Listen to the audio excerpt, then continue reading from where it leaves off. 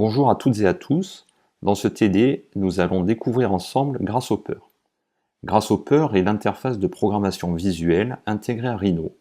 Elle va vous permettre de concevoir des algorithmes pour, par exemple, générer des formes paramétriques et bien plus encore.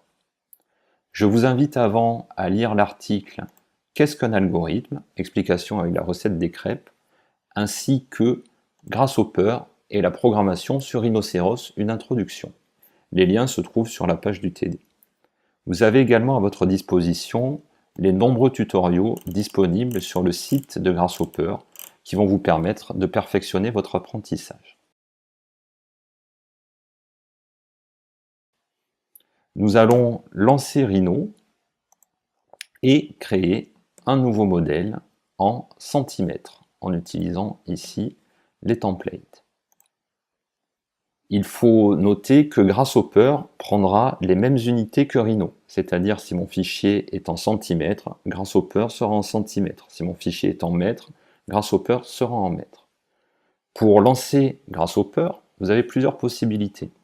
Soit depuis le menu Tools, en allant chercher la fonction Grasshopper, soit depuis la barre d'outils principale de Rhino, soit depuis la ligne de commande en tapant le nom de la commande Grasshopper. Lançons maintenant Grasshopper pour faire le tour de l'interface. Grasshopper dispose d'un espace de travail que l'on appelle le canevas. Pour se déplacer, c'est la même chose que dans Rhino, vous allez pouvoir effectuer un clic droit afin de pouvoir bouger dans le canevas. On va pouvoir zoomer et dézoomer à l'aide de la molette.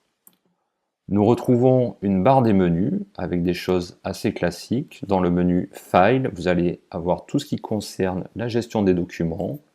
Dans le menu Edit, vous allez retrouver tout ce qui va vous permettre de copier, coller, arranger la disposition de vos composants. Le menu View vous permet de modifier l'interface et également de naviguer à l'intérieur du canevas. Dans Display, vous allez retrouver les préférences d'affichage et les préférences de prévisualisation dans Rhino. Le menu Solutions va vous permettre de lancer des calculs et le menu Aide va vous renvoyer également vers les différents tutoriaux intégrés dans Grasshopper. Les différents composants de Grasshopper sont rangés dans des barres d'outils que nous allons parcourir ensemble. La première, Params, contient tous les paramètres d'entrée, les primitives et les entités que nous allons pouvoir récupérer de Rhino. Dans Math, nous allons pouvoir effectuer des opérations mathématiques, géométriques et également écrire des scripts. Dans Set, nous allons pouvoir gérer des listes et des arborescences de données. Dans Vector, nous trouverons tout ce qui concerne les points, les grilles, les plans de construction, les vecteurs. La barre d'outils Curve nous renvoie à tous les outils de gestion, de création et d'analyse des courbes. La barre d'outils Surface va nous permettre de gérer, de créer et d'analyser les surfaces. C'est la même chose pour l'émaillage. Dans Intersection, nous allons pouvoir faire des insertions mathématiques ou physiques entre les objets. Transform va vous permettre de gérer toutes les transformations euclidiennes, scalaires et la déformation des objets. Tout ce qui concerne l'affichage sera également dans le menu, dans la barre d'outils Display. Les barres d'outils supplémentaires qui sont ici proviennent de plugins Grasshopper. Nous ne les traiterons pas dans ce cours. Nous allons voir le fonctionnement de base des composants de Grasshopper et comment les connecter ou déconnecter entre eux. Nous allons réaliser une opération mathématique simple, une soustraction, pour faire la prise en main. Je vais aller dans la barre d'outils Math, cliquer sur le composant soustraction. Il me suffit de cliquer dessus, puis de cliquer sur le canevas pour positionner le composant. Vous remarquez que le composant dispose de deux entrées et d'une sortie. C'est ce qui va nous permettre de rentrer des données ici à gauche du composant et d'obtenir le résultat à droite. Il est très important d'organiser ces patchs Grasshopper en allant de gauche à droite afin d'essayer de garder une certaine logique dans la création de vos patchs. Si je zoome sur ce composant, vous voyez qu'il est possible de rajouter ici des entrées. C'est le cas sur certains composants, pas tous. Je vais pouvoir ici enlever une entrée. Cela dépend bien entendu du niveau de zoom. Nous allons utiliser un autre composant très utile qui est le panel. Le panel se trouve dans la barre d'outils Params et vous allez pouvoir en positionner ici 2 sur le canevas qui vont nous servir pour rentrer des nombres dans le composant de soustraction. Je vais double-cliquer ici sur le panel du haut et mettre par exemple 5. Attention, ne faites pas de retour à la ligne derrière. Je vais double-cliquer sur ce deuxième panel et je vais mettre par exemple 3. Pour connecter des composants entre eux, il suffit de cliquer sur la sortie du composant et de glisser vers l'entrée d'un autre composant. Vous voyez ici maintenant, ce panel est connecté au point d'entrée A de ma soustraction. Je vais faire de même avec mon deuxième panel. Si je m'approche ici de la sortie, vous voyez une petite bulle qui vous indique le résultat de la soustraction. Effectivement, 5 moins 3 égale 2. Si je veux afficher ce résultat, eh bien je peux prendre également un panel pour le brancher ici en sortie.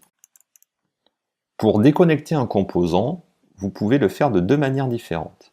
La première consiste à faire le chemin en maintenant la touche commande sur Mac ou contrôle sur Windows. Cela vous permet comme ça de déconnecter le panel du composant soustraction. Une deuxième solution consiste à faire un clic droit sur le point d'entrée du composant et dans le menu Disconnect. Et vous voyez ici, vous pouvez aller comme ça, rompre la connexion. Un autre moyen d'aller chercher un composant est de double-cliquer sur le canevas et de taper une recherche par mot-clé. Par exemple, je vais aller chercher ici le composant addition de cette manière. C'est un bon moyen, lorsque vous ne connaissez pas le nom d'un composant, de faire des recherches. Sur le composant addition, nous allons découvrir un nouveau type d'entrée qui va vous servir énormément dans tous vos patchs Grasshopper. Il s'agit du slider. Le slider va se récupérer ici dans la barre d'outils Params. Comme vous le voyez, cela vous permet d'avoir ici un petit curseur qui vous permet de changer des valeurs. Nous allons voir comment paramétrer ce slider. Il suffit de double-cliquer dessus. Le slider est capable de générer des nombres réels avec plusieurs décimales après la virgule, des nombres entiers, des nombres impairs ou des nombres pairs. Nous allons, dans notre cas, générer des nombres entiers. Vous allez pouvoir définir en dessous un domaine avec une valeur minimale et une valeur maximale. Par exemple, si je veux aller de 1 à 15, je vais laisser 1 ici en valeur maximale et je vais ici double-cliquer dans le champ max, rentrer la valeur 15 et ne pas oublier de cliquer sur le petit cercle vert qui m'indique de valider. Je dis OK. Vous voyez, maintenant, je dispose d'un slider qui me permet de changer de valeur entre 1 et 15. Nous allons pouvoir dupliquer ce slider en faisant tout simplement un copier et un coller. Nous allons brancher chacun des sliders au composant addition que nous venons de créer. Et nous allons brancher un panel en sortie. Vous voyez maintenant, si je change la valeur de mes sliders, eh bien, le résultat change en fonction. Un slider peut être branché sur plusieurs composants. Vous allez pouvoir par exemple prendre ce slider et remplacer ici la connexion du panel par celle du slider. Je vais faire de même avec celui de dessous. Pour supprimer un composant, il suffit de le sélectionner et d'appuyer sur la touche supprimer du clavier. Je vous invite à garder vos patchs bien organisés et à garder une certaine cohérence visuelle afin de ne pas vous perdre. Vous voyez maintenant que ces deux sliders pilotent à la fois le composant de soustraction qui est en haut et le composant d'addition qui est en dessous. Nous allons rajouter, en zoomant, des points d'entrée sur la soustraction en cliquant sur le petit plus et faire de même sur l'addition. Vous pouvez à nouveau copier-coller un slider et le brancher sur la nouvelle entrée. Vous voyez ici dans le cas de la soustraction que le composant effectue A moins B moins C, alors que l'addition fait A plus B plus C. Afin de terminer cet exercice, je vous invite à aller chercher dans la barre d'outils Math l'opérateur par exemple de multiplication et de le placer sur le canevas. Je vais vous montrer une dernière manipulation qui permet de prendre la connexion d'un composant, de la déconnecter pour la ramener sur un nouveau composant. Par exemple, si je n'ai plus besoin de mon composant d'addition ici, je vais pouvoir utiliser la combinaison de touches commande majuscule si je suis sur Mac ou contrôle majuscule si je suis sur Windows. Et je vais pouvoir ainsi débrancher un composant et ramener la connexion sur un autre composant. Je vais vous montrer également un petit raccourci qui vous permet de positionner un panel. Il suffit de double-cliquer sur le canevas et d'aller chercher le caractère des guillemets ouvrants qui se trouve au niveau du 3 sur votre clavier. Je vais brancher ici mon panel à la sortie de la multiplication et vous voyez que j'ai pu ici déconnecter le slider A et B de mon addition et les reconnecter sur ma multiplication.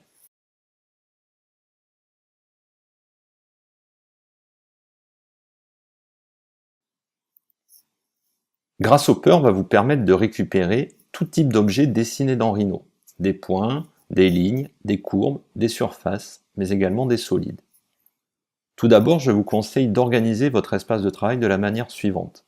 La fenêtre de Grasshopper sur la droite et la fenêtre de Rhino sur la gauche, avec par exemple le point de vue perspective passé en grand. Si vous avez deux écrans, c'est encore plus confortable. Nous allons commencer par dessiner une courbe dans Rhino, par exemple une courbe interpolée passant par des points. Je vais me mettre ici sur le calque défaut et je trace ici ma courbe dans Rhino. Pour récupérer cet objet dans Grasshopper, je vais me rendre ici dans la barre d'outils Params et je vais aller dérouler ici le menu qui vous permet d'accéder à tous les objets Rhino. Je vais dans mon cas aller chercher ici le composant Curve. Vous remarquez que ce composant est orange lorsqu'il est positionné sur le canevas, c'est-à-dire que ce composant est vide, il ne contient aucune géométrie ou de manière générale aucune donnée. Pour aller récupérer la courbe que je viens de tracer dans Rhino, il vous suffit de faire un clic droit sur le composant et d'aller faire Set One Curve. Cela va vous permettre de basculer sur Rhino et de cliquer sur l'objet que vous souhaitez récupérer. Vous remarquez qu'instantanément, mon composant devient gris. Ayant tracé ma courbe sur le calque défaut, je vais ici basculer sur le calque 1 dans Rhino et masquer mon calque défaut. Vous remarquerez que l'objet, une fois qu'il a été ajouté dans Grasshopper, devient rouge. Si je sélectionne le composant dans Grasshopper, il passe en vert. Cela vous permet rapidement de sélectionner un élément dans Grasshopper et de voir la géométrie correspondante dans Rhino. Je ne peux pas sélectionner un objet Grasshopper depuis l'interface de Rhino. Nous allons extruder cette courbe dans Grasshopper et renvoyer la surface générée dans Rhino. Pour commencer, je vais aller chercher le composant qui me permet d'extruder. Il se trouve dans Surface, Freeform. je vais aller chercher ici Extrude. Si je zoome sur un composant et que je m'approche d'un paramètre d'entrée, vous voyez que l'infobulle m'indique ce que le composant attend. C'est-à-dire sur le point d'entrée B, il attend de la géométrie, plutôt une courbe. Si je m'approche du point d'entrée D, il veut une direction, c'est-à-dire un vecteur. Je vais donc ici connecter ma courbe sur le point d'entrée D et je vais créer un vecteur qui va me permettre d'extruder. Pour cela, je vais aller dans le menu Vector, chercher ici un composant vecteur Unit Z qui va me permettre d'extruder suivant l'axe Z. Vous remarquez que ce composant attend un facteur qui est ici un nombre. Je vais donc créer un slider qui va me permettre de paramétrer mon extrusion. Pour cela, je retourne dans la barre d'outils Params, chercher un number slider. Je vais paramétrer mon slider comme nous l'avons vu tout à l'heure en nombre réel allant de 0 à 100.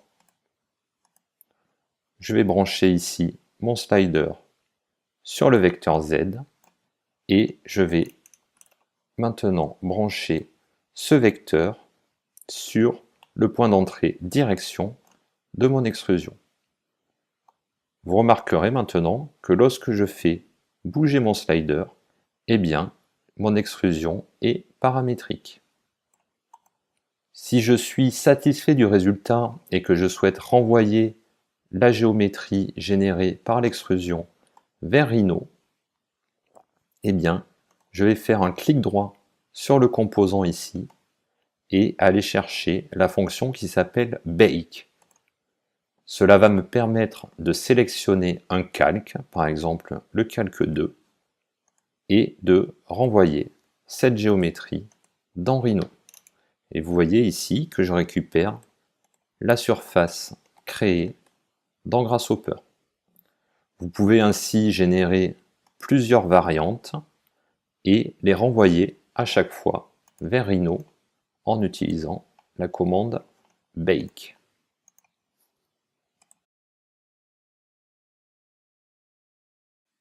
Avant de passer aux exercices pratiques, prenez un peu de temps pour découvrir l'interface de Grasshopper et ses différents composants. Amusez-vous par exemple avec les composants se trouvant dans Math, des number sliders et des panels. Vous pouvez aussi également essayer de vous amuser à partir d'une géométrie de base depuis Rhino. Une dernière chose importante est de bien sauvegarder vos patchs Grasshopper car ils sont enregistrés dans des fichiers séparés des fichiers Rhino. Vous allez pouvoir aller dans le menu File et faire Save Document. Vous remarquerez ici que Grasshopper dispose de son propre format de fichier avec l'extension .gh. Je vais par exemple ici enregistrer mon patch sous le nom Extrusion. Pensez également à sauvegarder le fichier Rhino associé parce qu'il trouve ici la géométrie que j'ai utilisée. Donc je vais enregistrer mon fichier Rhino que je vais appeler ici également extrusion.